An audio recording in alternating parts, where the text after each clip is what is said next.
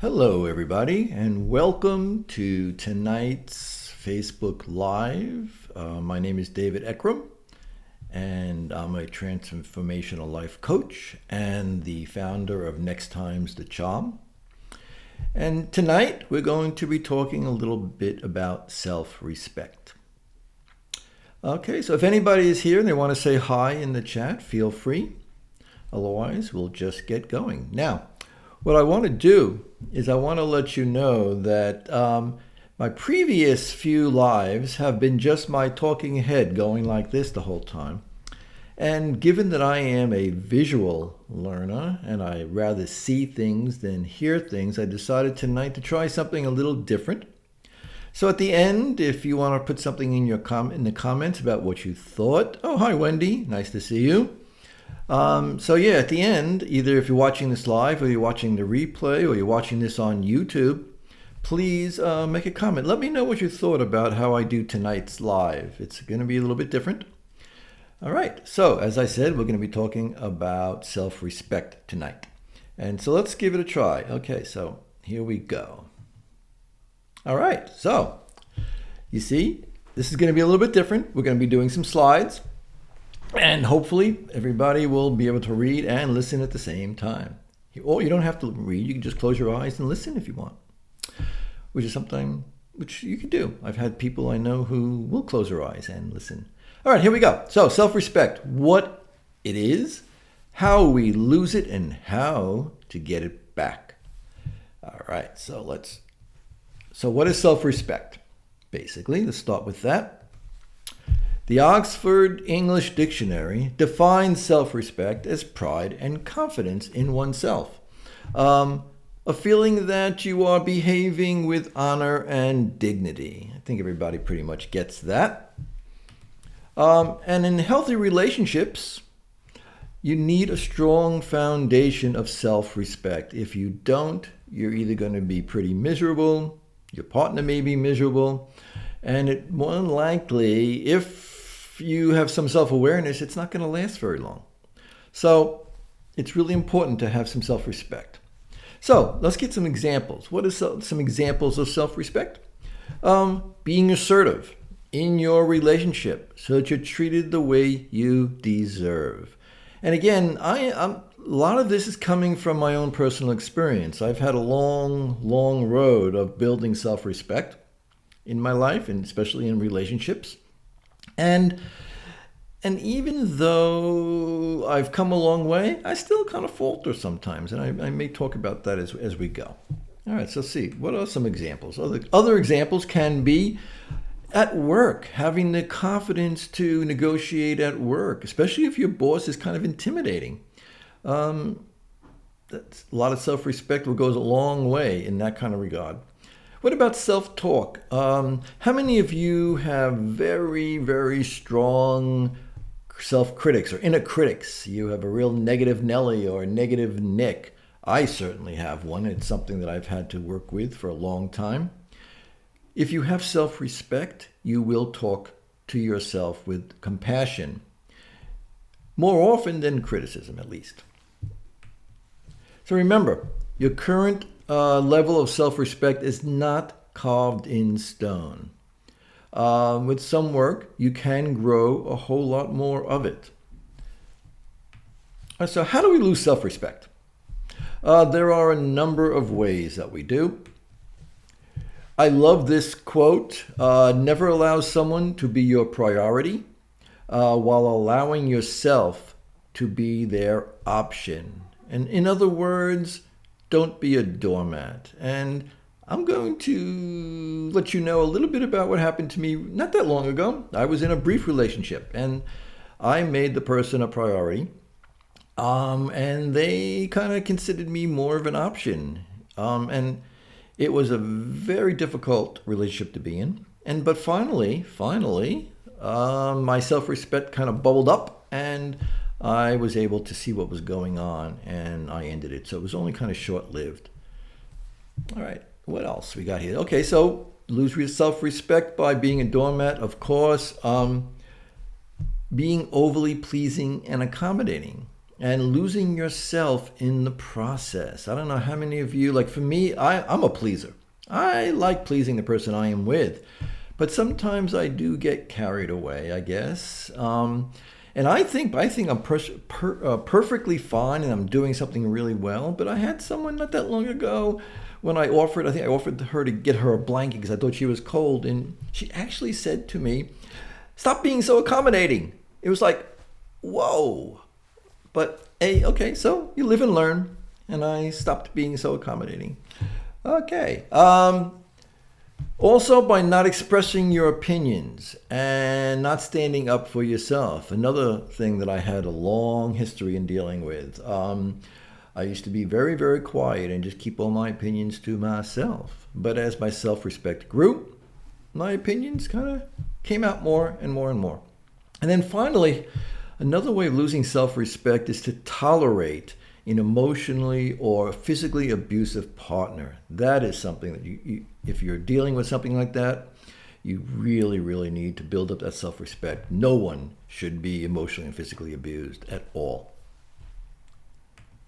All right, so now again, losing your self-respect doesn't usually happen overnight. It's a pattern. It's a way of being, and you've probably been acting out this for a very long time, even since childhood. And that's my pattern. It began in childhood. I lost a lot of my self-respect back in those days, and it took a long, long time to build it back up.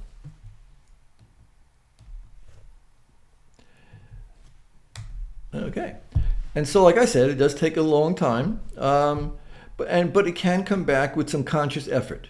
You definitely can get it back. I know I've talked to some people in the past who just really felt kind of hopeless and there was no way they could change. But you really can. If you're feeling as though you've lost some of your self-respect, you can get it back. And we're going to talk about a few things tonight as to what you can do. All right, so there are many ways. There are really many ways to get your self-respect back. But since we have a limited time tonight, I'm just going to mention a few. It's really kind of like slowly strengthening your self-respect muscle. The more you do it, the more you do these different things, the stronger you're going to get in terms of self-respect. Your self-respect will build and build, just like a muscle builds and builds. All right, so one of the things you could do, find the courage to speak up. Now, I would recommend if you're the kind of person that doesn't speak up, you kind of keep quiet, even though inside, boy, you may be screaming like crazy and you want to say something. If you want to start working on your self-respect and finding the courage to speak up, I would not wait until something is really big and you're feeling a lot of emotion and you're really being charged. No. Find something small, a little thing that you normally maybe wouldn't say anything about, or a little keep quiet about, keep your opinion to yourself. Find something small, something that's not emotionally charged, and gradually build up. And so you keep speaking up, and the more you speak up, the more you get used to it, the easier it does become. All right, let's find another way. Know your values. What do you value in life? Choose one that you may have been compromising, and gently but intentionally take a stand and honor it. We all have our values, and when you're clear about your values, and that is something we could talk about another time, how to get clear about your values. It's really important to know that, especially if you're going to go into a relationship. You want to choose a partner. Knowing what your values are, it really is key. So, choose one that you find, oh, wow, I may not be honoring this value. Let me take a step or two to honor it and do that. Another thing, boundaries. Okay. Everybody probably has heard of boundaries. How firm are your boundaries? Do you know what your boundaries are? Do you have like non-negotiable boundaries? Are they kind of fluid? Firm up one of them. If you find that your boundaries are a little loose, firm them up and don't let anyone cross it, really. And you don't have to be angry with anybody. You don't have to yell at them. You could take just a firm and calm stance and just let the person know, hey, I'm not comfortable with how you're acting right now, or what you're saying right now, and that is really not okay with me. So find out what your boundaries are, what your non-negotiable boundaries are, and pick one and don't let anybody cross it. Other ways to get your self-respect back. And this is science. Boy, I'm telling you, the science on this is pretty amazing. Science on meditating. If you're not a meditator, boy, you really should look into it. I will probably be doing a live talk about that at some point soon. It's so, so important. Staying mindful, basically what that means is just staying in the present moment. And being grateful. Boy, there's a load of research on gratitude and the benefits of gratitude. Sometimes we forget that we do have some really good things going on in our lives that we can be grateful for. The more you see in your life that you can be grateful for, and gratitude can work towards your self-respect, definitely. Okay, also, some people when they're in a relationship especially, and they're losing themselves and they don't have a whole lot of self-respect, they kind of give up their own interests. They give up their hobbies. They just go with what the other person does, and they don't really care anymore, or basically they just stop. They stop doing what they find interesting. They stop their hobbies. They take on what the other person is. It kind of goes along with losing themselves. If you find that you have done this, pick one of your interests, pick one of your hobbies, and get back to it. Even if you spend 10 minutes a day on it, just get started, and you'll find that that does really help you with your self-respect. And finally, this is a big one, self-care. And I know a lot of people go, oh, self-care, I don't have time for self-care, or it really is not that important. I'm telling you, especially in this past year, during the whole COVID thing, this pandemic, self-care is no longer a luxury. It is absolutely a necessity. It really, really is. So, let me just go back a little bit about self-care. Like, what can you do for self-care? One of the things I discovered, and this was just the other day, is that one of the things you hear for self-care, especially if with all the stuff that's going on right now in the news, and like all the news is all bad news, it's like limit the amount of news. Limit the amount of news that you listen to, the bad news, the news on TV, the news on the radio, reading the news on the internet. If you could limit some of that, that would be really, really good way of taking care of yourself. The other day I was getting ready to go to bed, and I was reading through the news articles on my computer, and I came across an article, and I'm not going to tell you what it was about, but it was really, really disturbing. And I want you to lose sleep tonight like I did. I could not sleep that night because I very stupidly read the article and then went to bed. So limit. That's a really good way. Science has shown that really is a good way to do some self-care. All right, so what I'm saying here is choose one or a few and make a commitment. You can't do all of these different things, one or two, and then just make a commitment to do it, even if it's just 10 minutes a day or something, or finding a boundary or a value that you don't want anybody to cross anymore. But if you do these things on a consistent basis, you will eventually build up your self-respect. All right, so that is it for tonight. Here is my contact information if anybody is interested in reaching out. I am a transformational life coach, and I do work with individuals and groups. And please, if you're watching the live version, please write something in the comments about pick one thing that you want to do, that you're going to work on, and write it in the comments right now.